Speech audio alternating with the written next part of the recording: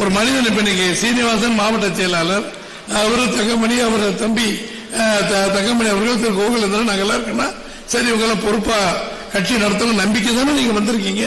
அந்த நம்பிக்கைக்கு விரோதமாக இடைஞ்சலாக நாம் இருக்க மாட்டோம் என்பதைத்தான் எடப்பாடியார் நிரூபித்துக் கொண்டிருக்கிறார்கள்.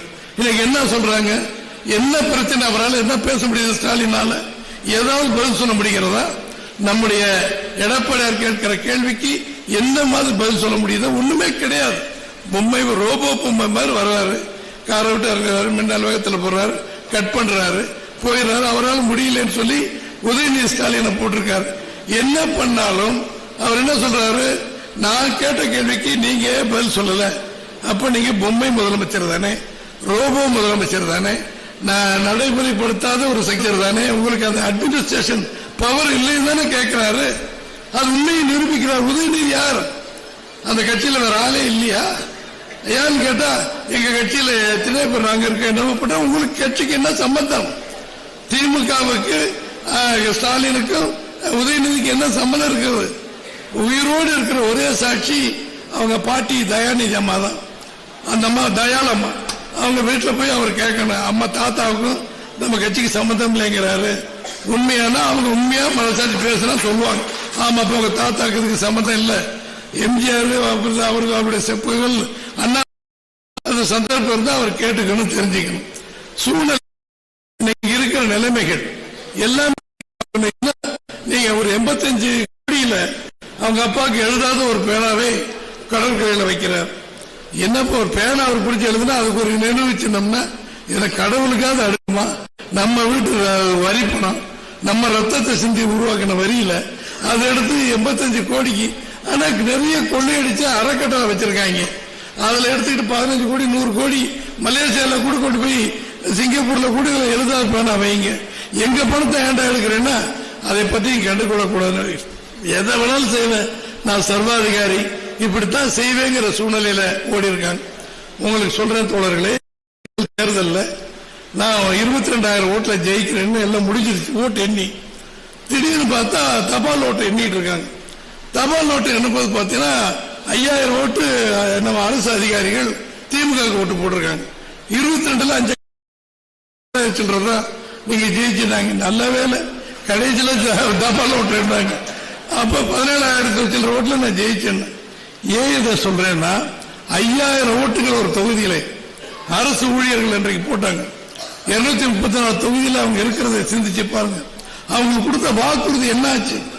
அவங்க பென்ஷன் திட்டம், புதிய பென்ஷன் திட்டம், பழைய பென்ஷன் திட்டம் எல்லாத்தையுமே அவங்களுக்கு கொடுப்பேன். புதிய பென்ஷன் திட்டம் வேணாம், பழைய பென்ஷன் திட்டத்தை வச்சுக்கன்னு சொல்லி எல்லாத்துக்கும் அல்வா கொடுத்து 70 வயசான பென்ஷன் தாரர்களுக்கு இன்னும் 10% அதிகமா போட்டு கொடுப்பேன்னு சொல்லி 520 ரூபாய்க்கு கொடுக்கிறார். இன்னைக்கு என்ன, ஆசிரியர்கள், அரசு ஊழியர்கள் எங்க பார்த்தாலும் போராட்டம்.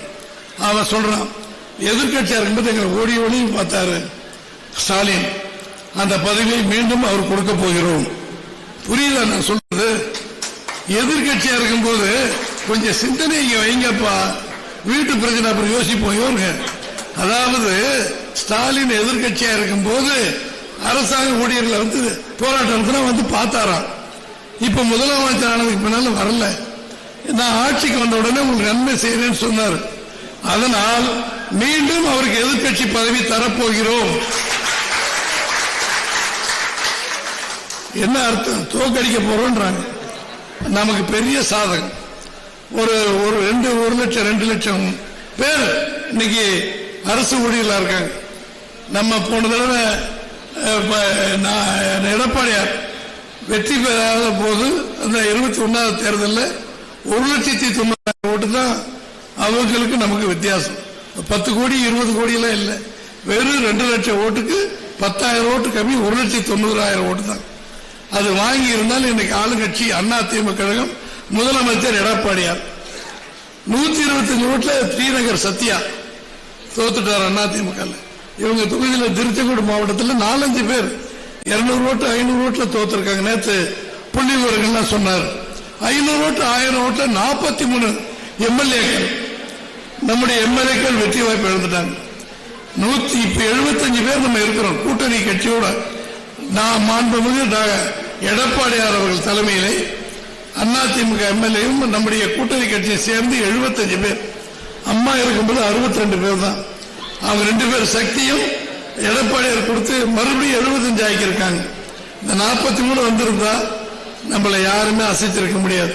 இந்த விலைவாசி உயர்வு, இந்த கள்ளக்கடத்தல், கஞ்சா கடத்தல், மது விற்பது, எங்க போனாலும் பெண் பிள்ளைகளை நம்பி பள்ளிக்கூடத்துக்கு அனுப்ப முடியல, கல்லூரிக்கு அனுப்ப முடியல, வேலைகளுக்கு அனுப்ப முடியல, சகோதரிகள் தனியாக போக முடியல. மீறி தவறு செஞ்சுட்டு அவங்களை கொலை பண்ணிடுறாங்க, சாட்சிகளே இருக்கக்கூடாதுன்னு. நம்முடைய எடப்பாடி ஆட்சியில் இப்படிலாம் சம்பவங்கள் நடந்தது கிடையாது.